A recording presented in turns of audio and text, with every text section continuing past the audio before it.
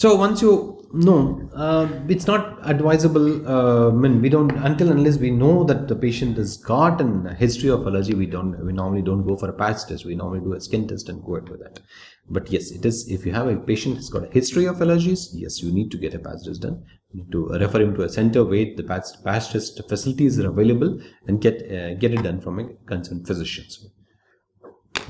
Now, why is it important to do this test? As an old dictum says, never treat a stranger. I'm not telling you that you have to only call up your relatives and friends and do the treatment for him. Stranger in the sense, get acquainted with your patients. Know them. Talk to them. They are not your subjects. It's just not a CT scan or an X-ray or an OPG just to fly it in the air and read up. They are the patients. You have a subject in front of you. We need to understand them. We need to get familiarized with their body, familiarized with their history. Only then we'll be able to be preventable. We can, if you ask a patient, just you get a form, you fill it up and say, are you allergic? No, I'm not allergic. I'm sure most of you take case histories. You can say, there's a column, just, are you allergic? No allergy. Take. Bas khatam. How? No, you need to take a proper detailed history. You need to understand your cardiac issues, you got any urological issues, you got any nephrotic issues. Only when you understand the person's physiology, even a meager treatment will come. If you don't understand the body's physiology, a meager treatment can turn into a catastrophe. That's why always understand the patient. How do you understand? 2. Physical evaluation. We all do it normally. But a detailed medical history questionnaire is a mandate. This is where most of our younger generations miss out on it. We are in a hurry to finish our cases. Probably we've got patients waiting in an OPD. We want to finish it as early as possible. Or even if you're a surgeon, you've got a couple of patients lined up for the surgery. You want to finish it. More the cases, more the merrier. No. Unless you are thorough with the patient, it's not advised to go ahead and numbers doesn't matter. Even if one catastrophe happens, it can ruin up the whole practice of a person. Medical history, physical examination. I'm going to mention what history needs to be done, specific with allergy. Physical examination, like a simple vitals, auscultations, functional examinations of heart. It is mandatory, and everybody needs to know how to use an auscultation. Use a stethoscope and find out what is a normal murmur, normal sound of a heart sounds like. What is the breathing of a lungs sounds like. It is important to know. Even if you don't know how to find out an anomaly, at least you should know what is normal. When you know normal, you know that it is not normal. That's what is important. That's the first step towards learning. What is not normal, identification of what is not normal is the first step to it. Once you know what is not normal, yes, you know there is something normal, refer to a person who knows what is abnormal. That itself that's quite sufficient to do it. And dialogue history. Talk to the patient. You just by talking to them, you can understand, is there anxious, is there any recognition of anxiety is very important. That's where the psychological examination comes. You have to take anxiety questionnaires. And patients sometimes increased BP and heart rate. You can see that patient is anxious. You might have to give the patients anxiolytics before you manage them. Because why is it important of knowing an anxious patient? Why is it important to know its psychological status when you're talking about allergy here? Because it's a compounding factor. Imagine a patient who is already apprehensive about your treatment. He's got tachycardia already and he's trembling and sweating. You inject him in local anesthesia or any antibiotics or something, you give him a strong drug, you end up in allergy right now. You don't know whether it is because of his trembling and his condition right now, or you don't know it's allergy. Or other way around, it can be a co-influenced and synergetic effect. Everything becomes faster for you. Already there is a tachycardia. Because tachycardia normally comes at probably a third or second stage, and slightly a delayed stage of allergic reaction. But you already have it in the stage 1. So imagine that it's going to complicate the management. So we need to make as simple as possible. We don't want to complicate our treatment. So that is the reason why it's required. As one of my senior colleagues used to say, local anesthesia, it gives anesthesia for the nerves, but the local anesthesia give a anesthesia for the whole body. I mean, I didn't mean a general anesthesia. The vocal anesthesia controls the patient's anxieties. So before a local anesthesia, vocal anesthesia is a mandatory. Try to make it as a habit. So once you have a DEL-NOC history, when you understand the patients, you have to categorize them into one of the conditions of the patients. This is American Society of Anesthesiologists have classified the physical status of the patients into ASA1, ASA2, ASA3, and so forth. What is ASA1? I'm sure you're all aware of what is this exactly. ASA1 is a patient without any systemic disease, a normal, healthy individual. ASA2, a patient with mild systemic disease, but fine, he's having probably a mild controlled diabetic or a controlled hypertensive with some medications. ASA3, a patient with severe systemic disease that limits activity but not incapacitating.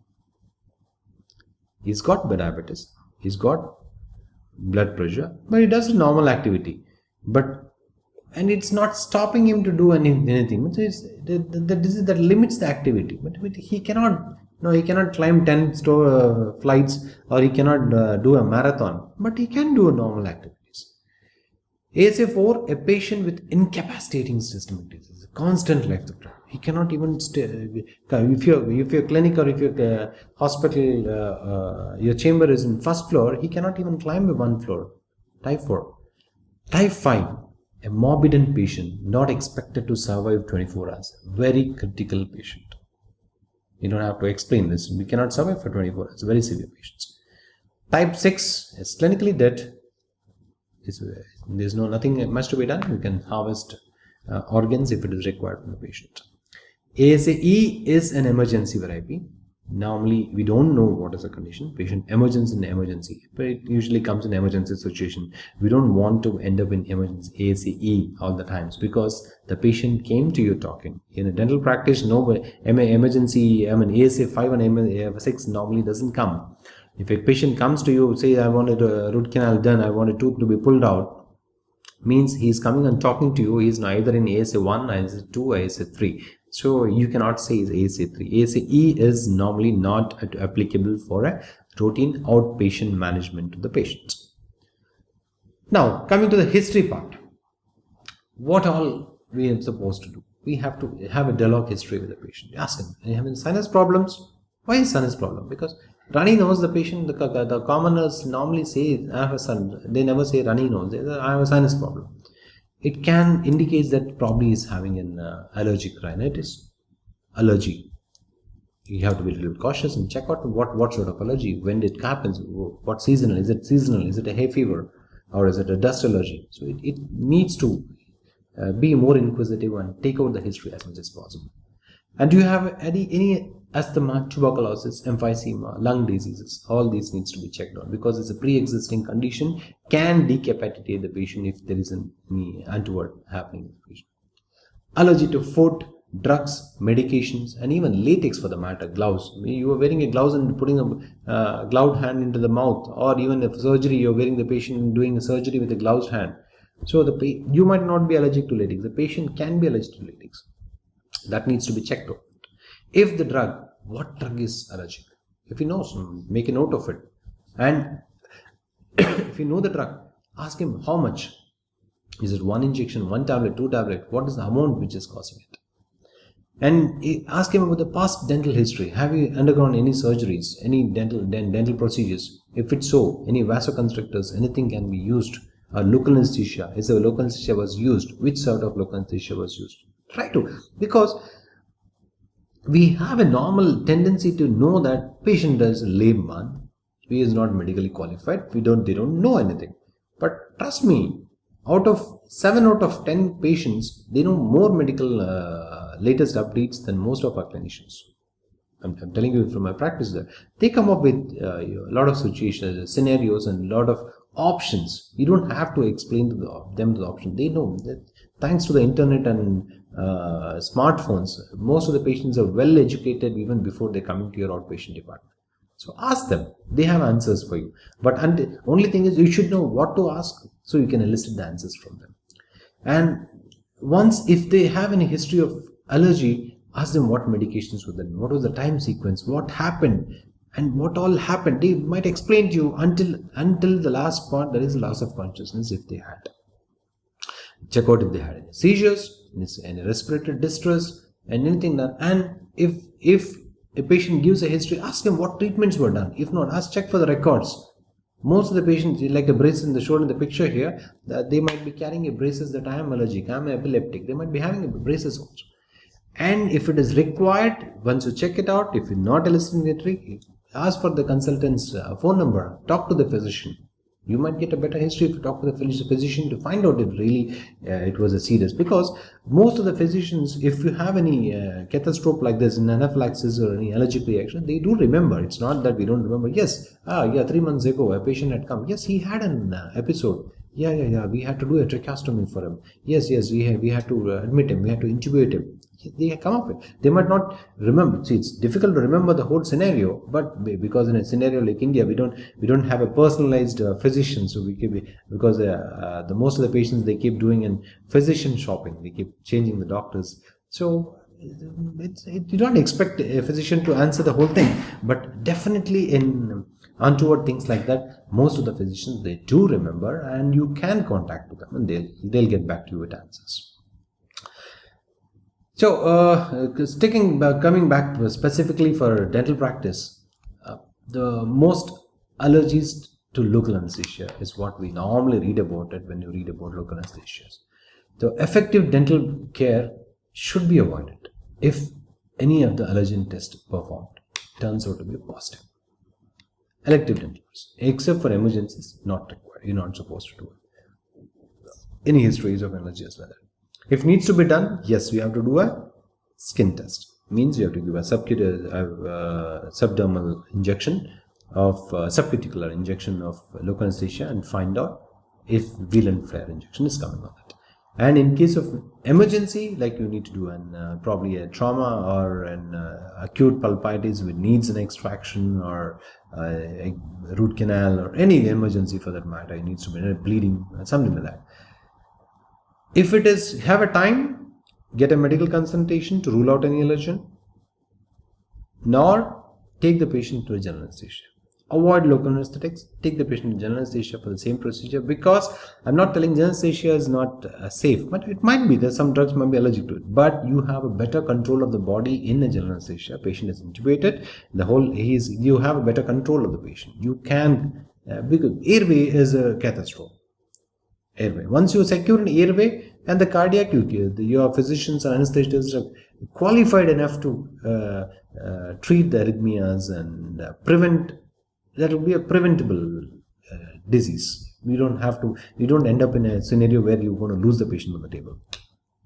And if it is a small, like you want to do a self-an-axis osteotomy and something like that, instead of local anesthesia, you can use the diphenhydramine, like your injection Avil can be used for small infiltration. It gives a decent amount of local anesthetic effect to do an pulpal anesthesia for access opening to relieve pain and in emergency cases. Can be achieved.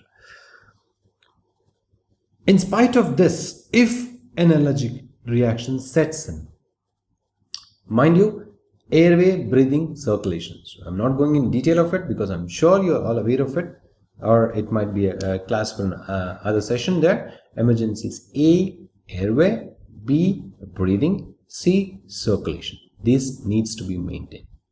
Once the airway is secure, probably by using a chin lift maneuver or a jaw thrust maneuver, and the airway is maintained and the patient is breathing, and when you secure, in an initial stage you don't do it. That's I'm talking about only in a later stage. If it enters in the later stage, these things are maintained. It becomes an epitome for that. Once you are sure the airway and breathing circulations are maintained, you have to go for a first line of choice. Drug of choice is your epinephrine. That's your adrenaline. Subcutaneous, 0.01 milliliter per kg. That's usually 0.3 to 0.5 ml of 1:1000. Mind you again, 1:1000 concentration of adrenaline, that epinephrine, is injected subcutaneously.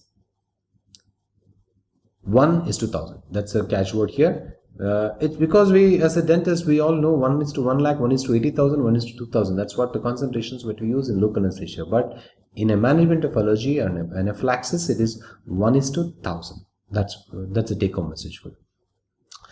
Now that counters for your adrenaline leads to vasoconstriction. Your tries to retain the volume inside, and it reduces lot of sequelae that is caused due to histamines and other mediators of anaphylaxis. Number one. Number two, as I said already, there's lot of tissues are extravasated. There is a volume depletion in the body. Once there is a volume depletion in the body, the cardiac load is increased, and that can lead to a cardiac activity. So to prevent that, we need to supplement with fluids, probably a 5% dextrose or a normal saline as a Linger's lactate. An IV line needs to be secured and started. Not only epinephrine, fluids is also, because what is lost needs to be replenished. Only then the heart can be controlled to it. Now, anyway, fluids is an IV. You need to give an IV line and start it. But epinephrine is an emergency. It's an emergency thing. So I thought, let me explain to you how an injection of subcutaneous injection is given. Now, in this picture, you can see this is different layers of the body. This outermost is epidermis. Next is dermis.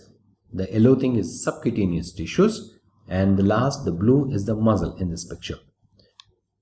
So the needle, with the different angulation of the needle, you can reach the different levels of this, the skin.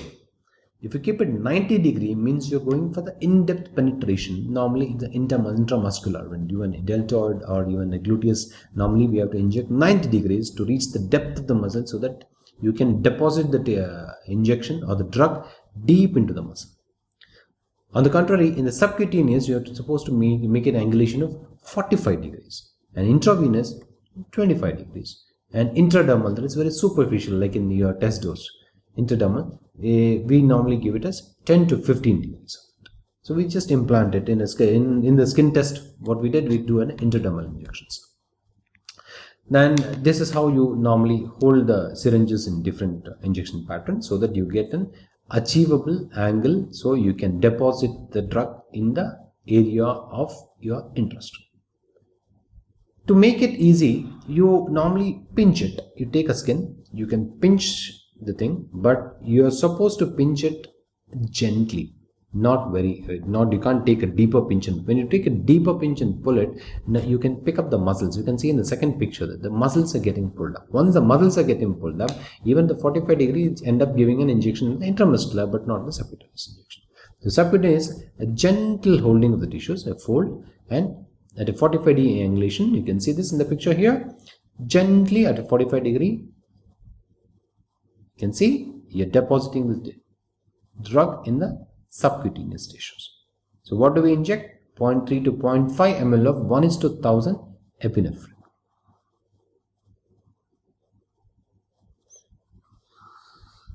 Not only that, a patient who are, you can advise this to the patient. Normally in our clinics, we normally keep a 1:2000 pre-filled syringes, so that in case of emergency, you don't waste time loading the syringes, and pre-filled syringes can be done.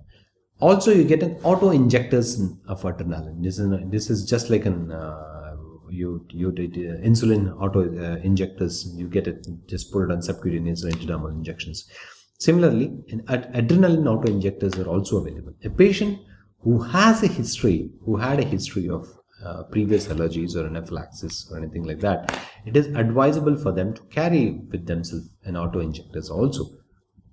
Or even this, it can be made available in your practice. Probably it might be expensive to have this compared to a pre-filled 1:2000 adrenaline injections in the clinic. But yes, for a patient, they can inject themselves into body when it's there any signs of allergy set in for those patients. It may be life-saving for the matter. Once this emergency phase is set in and started, like your ABCs are maintained, you have given an antihistaminic and started the fluid therapy for the patient, then you need to start. As I mentioned, the effect lingers around 48 hours.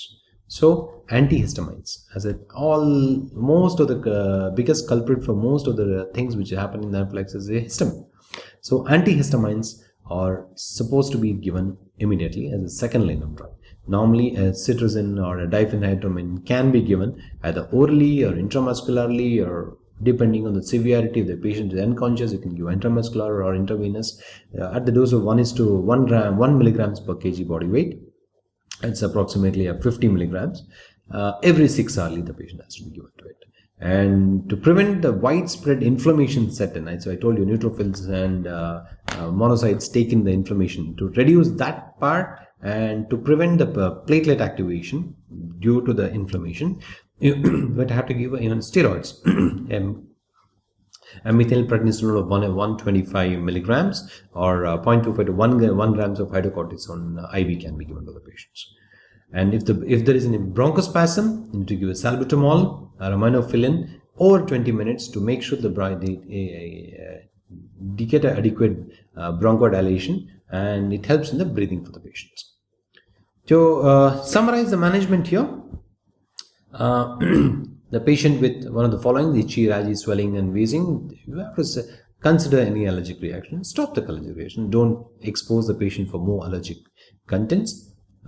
Which if it's set in already, first and foremost, airway, breathing and circulation. Once you secure the airway, breathing, circulation, consider if it's an anaphylaxis, if any of the three, then expected sudden onset, clinical rapid breathing, evidence of poor circulation, stridor, and as I said, abdominal cramping, calm because of the peripheral vasoconstriction. And if in spite of this, if the patient is asthmatic, start the asthmatic protocol. If not, shift the patient, do a ABC, give an epinephrine 0.3 to 0.5 milligram of 1:1000 subcutaneously, and after this, repeat it again after 5 minutes if there is no improvement.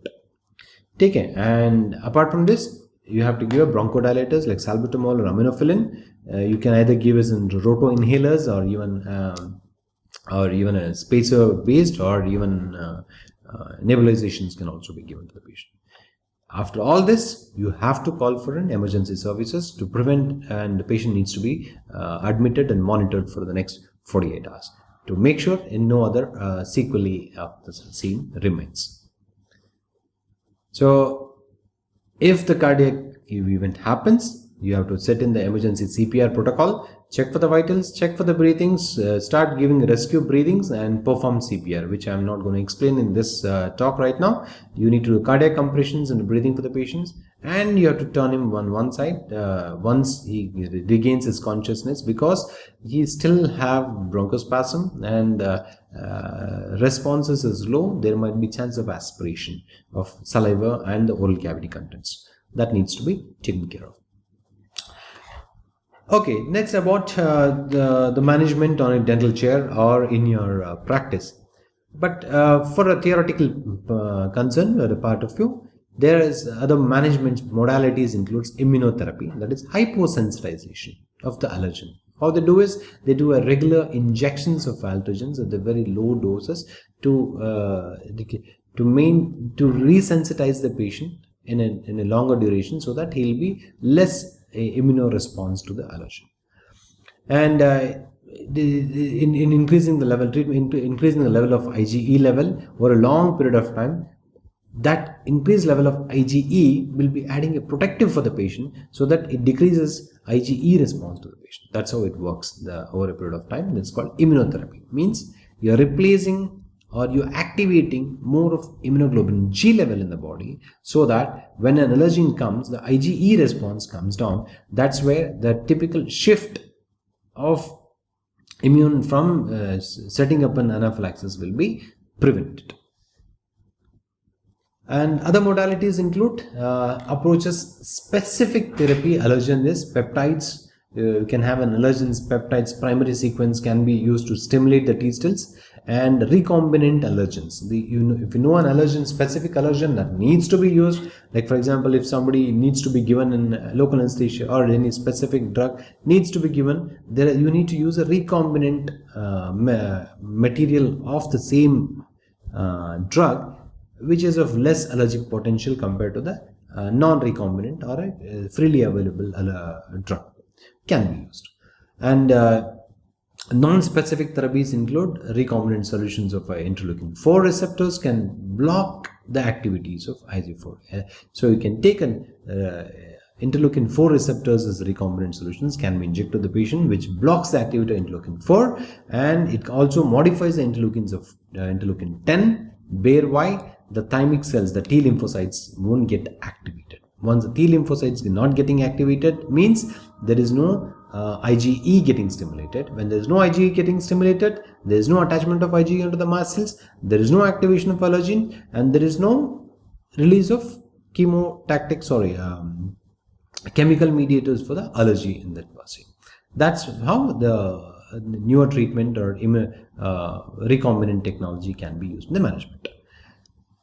So what all, when we talk about allergens, what we have to be careful in our office? Most commonest one is local anesthesia. Every day we use antibiotics, analgesics, opioids, anti-anxiety drugs. These are the main 5 drugs normally we use on a routine basis in a dental office. So we have to be careful. We have to ask history revolving around any usage of this. Like for example, if the patient says I am allergic to paracetamol, I normally take only diclofenac for my pain. Put him on diclofenac. Why do you want to worry? There is no point. If they says I am allergic to diclofenac, what is the point in prescribing? So most of the patients, they know what they take. So try to use the drugs which normally they take on or previously prescribed to them, and if it is acceptable for the present condition, so there you can stick to the same thing.